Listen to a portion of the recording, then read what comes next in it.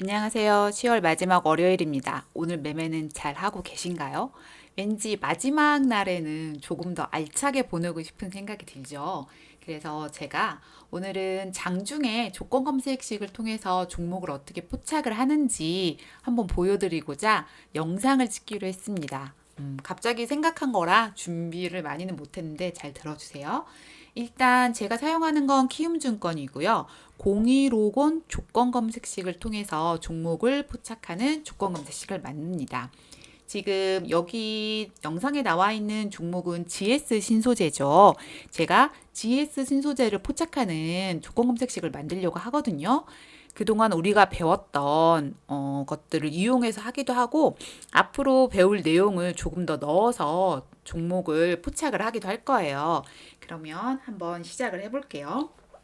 제가 첫 번째 시간에는 이동평균선에 대해서 말씀을 드렸고 두 번째 시간에는 MACD를 말씀드렸습니다. 이런 보조지표들은 추세를 파악하는 데 도움이 많이 돼요. 그래서 제가 특히 추세를 파악하는 데 보는 것들은 볼린저 밴드와 일목균형표, MACD, 스토캐스틱 이런 것들이 있습니다. 그래서 다음 시간에 공부를 하고자 했던 볼린저 밴드를 한번 먼저 설정을 해볼게요. 0150 조건 검색 시 이 창에 볼이라고 적어주세요. 그러면 영어로 볼 적어주시면 여기 볼린저 밴드가 나오죠. 볼린저 밴드 이렇게 나오는데 저는 볼린저 밴드 수치를 한 7개 정도 사용을 해요. 근데 가장 기본적인 건 뭐냐면 볼린저 밴드 20의 2입니다. 볼린저 밴드 20의 2 상한선을 돌파하는 장대양봉을 만든 종목은 그냥 주가를 뭐 하락시키거나 그러진 않아요. 이 상한선을 돌파했다는 건 굉장히 큰 의미가 있거든요. 그래서 볼린저 밴드 20의 2 상한선 상향 돌파 조건을 해보겠습니다. 검색을 해보니까 160개 종목이 포착이 되네요. 등락률 순위를 보면 여기 GS 신소재가 있죠. 그리고 볼린저 밴드를 공부하고 난 후에 배울 일목균형표입니다. 제가 아까도 말씀드렸지만 추세를 파악할 때 굉장히 잘 보는 것들이에요. 그래서 일목균형표 기준선 돌파를 누르시면 전환선 아니네요. 죄송해요. 추세를 보면 전환석 연속 상승이 있죠. 이거를 추가를 이렇게 하고요. 그 다음에 또 보는 게 기준선입니다. 기준선 역시 추가를 눌러주세요. 얘네는 모두 엔드 조건으로 모두 만족을 해야 종목이 포착이 됩니다. 검색을 한 번 더 해볼게요. 종목이 55개 종목이고 역시 GS 신소재가 있습니다. 종목이 아무리 좋아도 차트를 잘 만들어도 수급이 들어오지 않으면 안전하다고는 볼 수 없어요. 당일 급락을 할 수도 있고 일봉상 조금 더 많이 눌린 후에 상승을 보여주기도 하거든요. 그래서 어느 정도의 수급은 매매를 하는데 기본이라고 할 수 있습니다. 그래서 수급 조건인 거래대금 순위 조건을 넣어 볼게요. 거래대금 순위 152 정도를 넣어 보겠습니다. 추가를 했죠. 아까 55개 종목이 포착이 되었는데 어때요? 7개로 확 줄어들죠. 그리고 우리가 봤던 GS 신소재가 있습니다.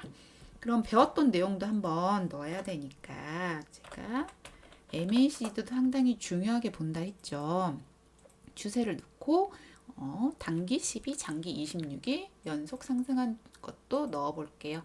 역시 똑같이 잡히긴 하죠. 그러면 GS 신소재가 여기 포착이 됩니다. 그러면 GS 신소재의 차트에 얘가 어떻게 되는지 한번 보겠습니다. 조금 전에 말씀드렸던 볼린저 밴드 20의 2 상한선 상향 돌파 이 조건을 넣었습니다. 그러면 이 정도에서 종목이 포착이 돼요. 이 금액 정도에서. 왜냐면 이걸 넘는 순간 포착이 되기 때문에 그럼 6.2% 정도의 포착이 되겠죠. 하지만 다른 조건도 같이 봐야 되니까 다른 조건을 MACD를 넣어 볼게요. MACD 역시 상향 추세. 그러면 여기에 맞게 조건이 형성이 되면 조건 검색식에 이렇게 포착이 되곤 합니다. 그러면 여기 포착이 된 GS 신소재, 아바코, 오텍 모두 좋은 모습이죠. 그래서 이런 종목을 조건 검색식을 가지고 포착을 하는데 장중에 과연 어떻게 포착이 되는지를 모르시는 분들이 많아가지고 제가 한번 이 검색기를 만들어 본 거고요. 이렇게 조건 검색식을 제가 말씀을 드리는데 조건 검색식에 조건을 넣고 있죠. 볼린저 밴드, 일목균형표, MACD 이런 보조 지표들이 하나하나 모여서 조금 더 안정적인 종목을 포착하고 그걸 매매로 연결시킬 수가 있거든요. 그럼 결론은 뭘까요? 이렇게 보조 지표들을 알려면 공부를 해야겠죠. 그래서 제가 이런 것들을 말씀을 드린 이유가 하나하나를 어떻게 하면 잘 조합을 할까 고민을 해보시고 머리도 아파보고 이렇게 해야 매매를 잘 할 수가 있어요. 그래서 오늘 알려드린 것들도 꼭 기억을 해 두시고 공부에 잘 활용을 하셨으면 좋겠습니다. 10월 마지막 매매 잘 하시고 저는 다음 볼린저 밴드 교육 시간에 뵙겠습니다. 감사합니다.